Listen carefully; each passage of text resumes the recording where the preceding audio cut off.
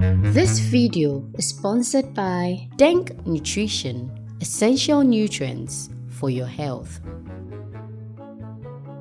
My name is Mrs. Sybil Mensah. I'm a baker and I have a baby boy who is 11 months old. He'll be 23rd of July. Okay, so I missed my period and I told my mom, and she first said that I'm pregnant, and I said no because I didn't believe it. So my sister also said I was pregnant, and my best friend also said I was pregnant. I still didn't believe it. So my sister urged me to have a pregnancy kit, to have a test kit, and I said no. So my mother-in-law also saw me and said the way she sees me, she would recommend a pregnancy kit. She didn't say I was pregnant though, but she asked me to buy it. So I bought it that evening, tested. I bought two, tested the first one, it was positive. And then I called my best friend and told her that I was pregnant. And she asked me to wait till the next morning and then check again. So I did that, and then it was positive as well. But the first one, when I checked, my husband wasn't home, so I called him and I told him that I was pregnant. And he was quiet on the phone. You could feel the surprise. He was quiet on the phone and he was like, okay, he'll call me back. He was in a meeting then. So I slept. We didn't speak about it that evening. I fell asleep. So the next morning when I checked, it was positive again. We all saw that, yes, I was pregnant. I told my mom, she was excited. She told my grandmother, that's her mom. She was also excited. It was all joy at home and everything. My sister was happy. My best friends and a couple of friends were happy. So that's how the journey started. So I wish I knew what to do and what not to do. Though I knew a bit, my mom briefed me a bit, but I wish I knew more what to do and what not to do, and then the dangers involved and everything. And I wish I knew a lot more about pregnancy. I had a smooth pregnancy from start till when I was 5 months old, and I was home one day. I woke up one day, I did the laundry, and after that I went to my mom's, spent time there, came back home around 2 p.m. My husband wasn't home, so I was feeling some pains, which I told my mom, and then she was like, okay, I should go home and then lie down a bit. So I did that, and I could feel that as time went on, the pains were just multiplying. So my mom called me, and I told her that this is what was going on, and she asked me to call my doctor, but I was reluctant because I thought it was just normal pregnancy ups and downs. So I was just there. And she kept on giving me pressure. So at the end of the day, she called my auntie, who is a midwife at Ridge. She called me and I explained everything to her. And she was like, no, it's not normal, but I have to see a doctor. So I called my doctor. That made me call my doctor. So I called him and I told him that, doc, this is what I'm going through. And then he said I should come to Kolebu immediately.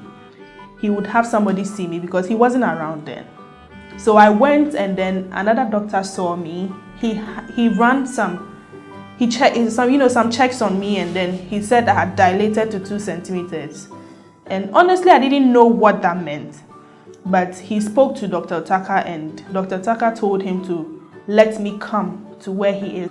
So my husband and I drove to Spain Test, and on that day, I think one of the churches were having a crusade or something around the Independence Square. So there was a bit of traffic, and I was in pain too. So the whole journey, I was squatting in the front seat because I couldn't sit down. I felt this kind of pressure underneath. So he had the horn on, the hazard on. God being so good, we got there, and a man saw me. I saw my doctor with a man. I didn't know who he was from start, so he saw me and asked me if I knew why I was there, and I said no.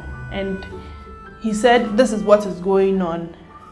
I'm in labor and they need to have a procedure done.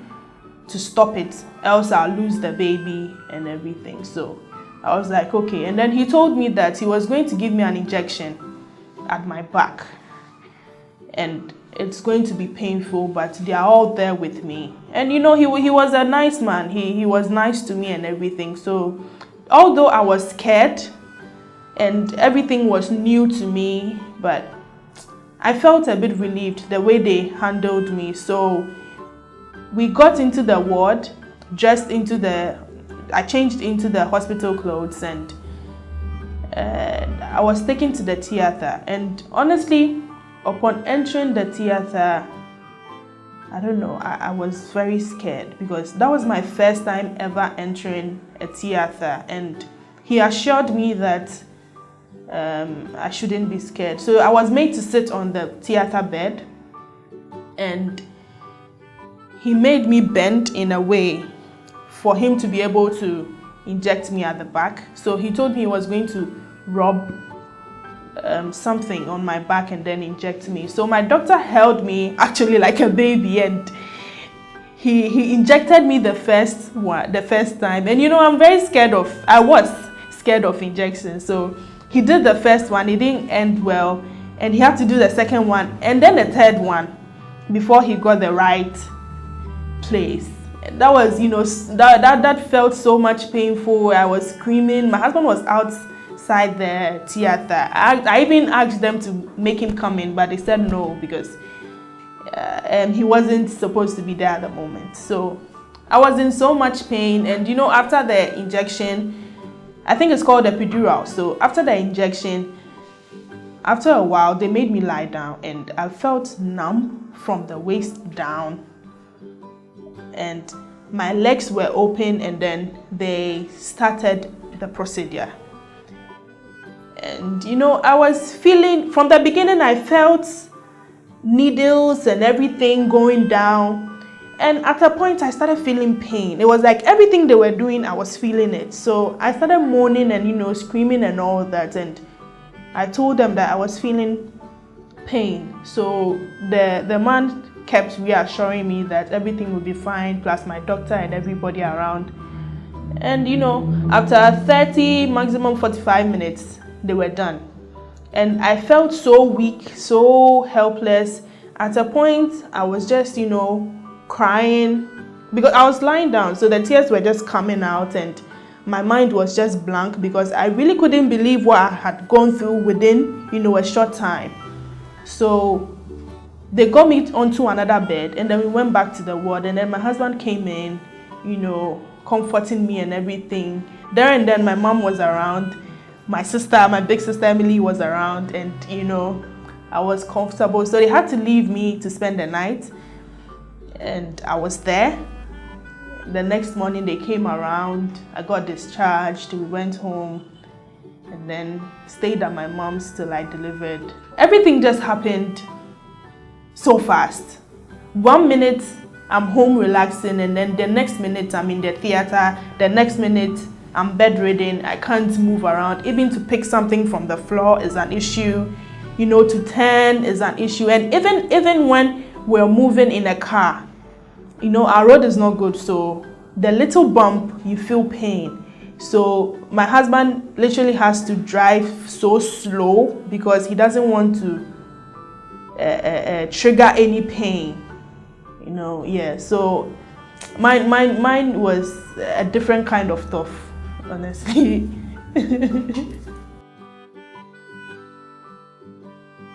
Oh, the attention. The attention, you know, how are you feeling, you know, the rapid response. That's, you know, it's so exciting. You know, you just scream, and then everybody's like, are you okay, are you fine, you know, that kind of thing. That's what I enjoy most about pregnancy. The stress, it's too tiring. You are always tired. Yeah, you are always tired. Half of the time you are tired. It's still too tiring. Way too tiring. And you know, you have to sleep on one side. You can't sleep on your back. It's either you sleep on this side or sleep on that side a bit, and too stressful. On the day of my delivery, my delivery starts a day before. So I was home and I told my mom that I felt this kind of pressure. You know what I felt 5 months ago? What made me have the cerclage done?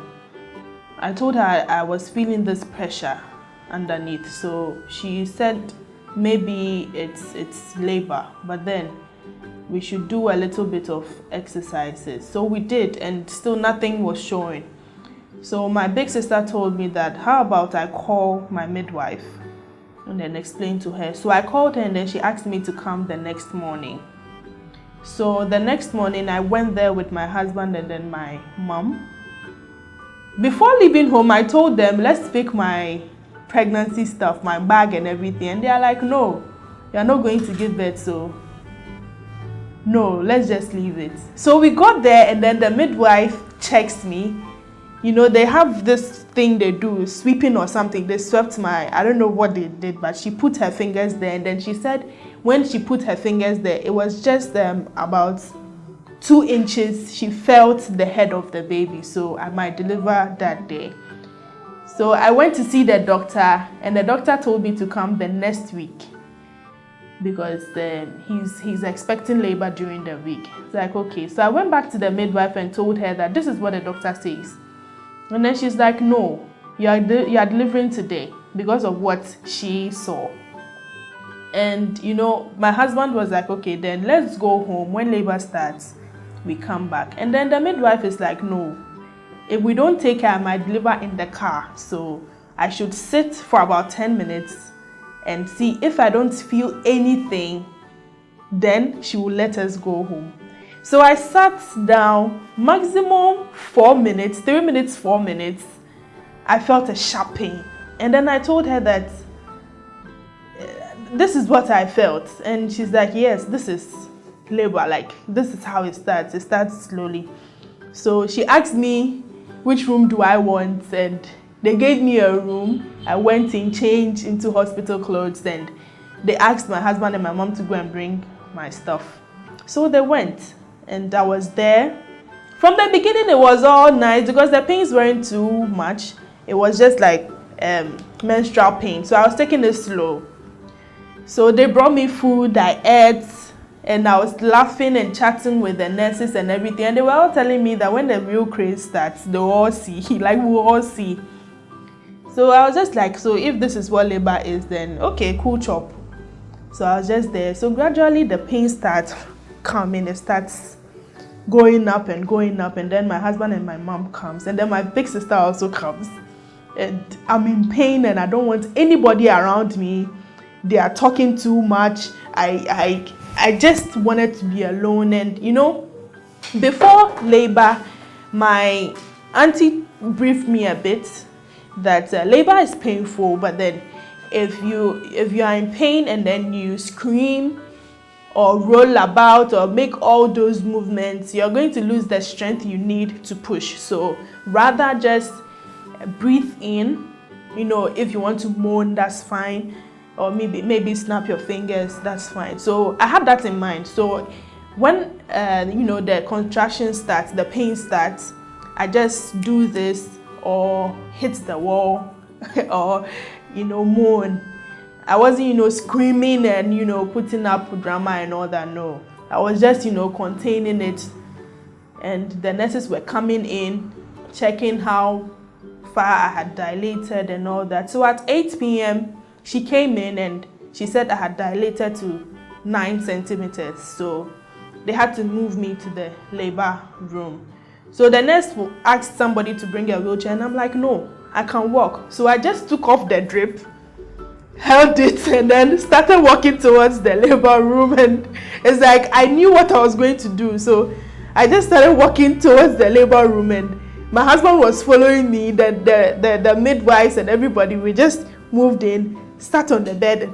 I just put my leg, one leg here, the other leg here, and asked them, can I push? And they're all laughing. They're all laughing. I relaxed, like it's not yet time. So so they are like, I should wait. They have to check again. So she checks, and then I'm 10 centimeters dilated. So she asked me to wait. When the pain started, then I push along with the pain.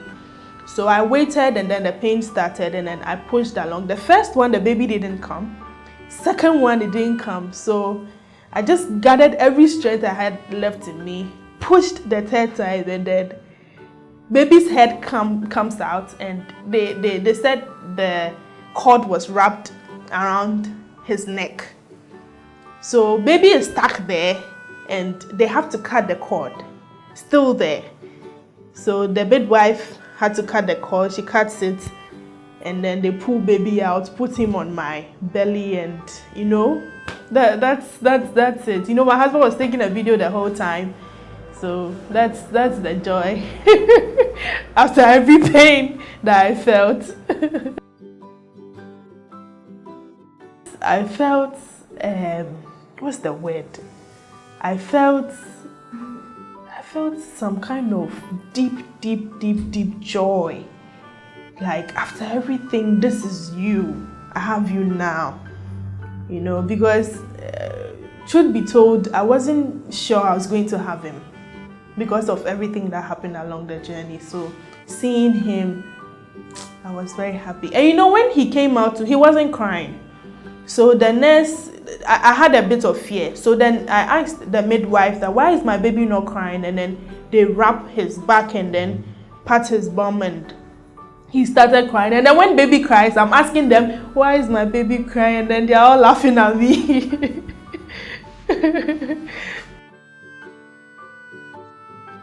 So I gave birth at 9:05 p.m. on Tuesday, 23rd July. So after birth, they cleaned me up and everything, took me back to the ward in the evening. So I was there. The midwife was by me, my family and everything. So the next morning, they gave him his first injections and everything, and then we packed up, and then we left the hospital. We left the hospital with my mom, my sister, and my husband. Yeah, my mother-in-law also came around, and her sister.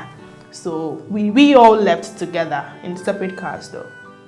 We came home, we went to my mom's because that's tradition. So we went to my mom's, and we had to get the room in order. Though it was already in order, but baby is here now, so we had to get the room in order and everything. And for the first months of my baby's life, it was my mom and my big sister, to be honest. They were just, they were the co-moms of my baby. They were just helpful. And my dad as well, at night when he won't sleep, my dad would pick him up so I can sleep, or maybe my mom or my sister. We were running shifts. Sometimes my husband comes around, and then he also takes his turn. So it was a shared duty. Circumcision. That was hell. That was 2 weeks after delivery. So circumcision, a midwife came to do it at home. And we went, we did the cutting method. We didn't do the ring method. So I was there, my husband was there, my mom was there, my sister, my big sister was there. And the midwife just spread his legs. I was supposed to hold his legs, but the way the baby was crying and all the pain and everything, I couldn't stand it. So I was just walking about, just crying for him. He was screaming, in pain and everything. I just wanted the whole thing to be over, honestly. Yes, big changes. I wouldn't say adjustments, but big changes. Now we are two. Me and my baby. Everything you do, he's there. Now he can walk around. So even when you're having your bath, he's there looking at you, calling you, playing with you and all that. Even when you have to go out, now you have a baby, so you have to carry a big bag with about 5 clothes, his water, his food, his diaper, his everything, even toys. You have to carry everything around. So it has changed my life a lot, because before birth, I'll just usually carry a side bag and then I'm okay. But now we carry a whole suitcase. No, my dressing has also changed. When you're dressing now, you have to consider breastfeeding. So you wear clothes that are easy. You can easily breastfeed. Yeah, so you can't just wear anything because you feel like it. Even when you're going to sew a dress, you need to sew it to a breastfeeding style. I wouldn't say I didn't know much about motherhood. Well, I didn't know much about motherhood, but having a baby makes you know what time is. How to keep time and how to be on time and everything. Because it's surprising that you have a baby and then he's crying and then you don't know why exactly he's crying. So you just have to be trying stuff. Do you want this? And then he's still crying. Do you want this? So if you give him something and then he stops, then voila, that's what he wants. But you just can't read his mind. That's one challenge. And the other one is, you always have to be far before time so that you have to be on time. So say you are meeting at 10, you have to start getting ready at 8. So that you have to meet, so that you can meet the time.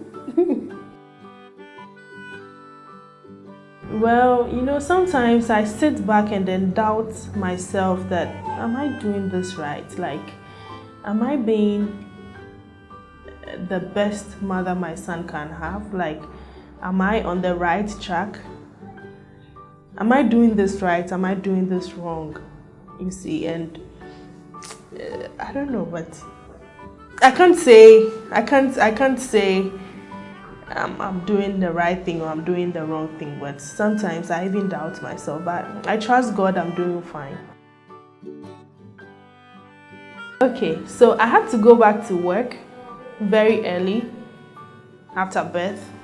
So it was mostly my mom taking, so I had to express milk for my baby. He didn't like formula, so it was always expressed milk. So I couldn't do the 6 months exclusive.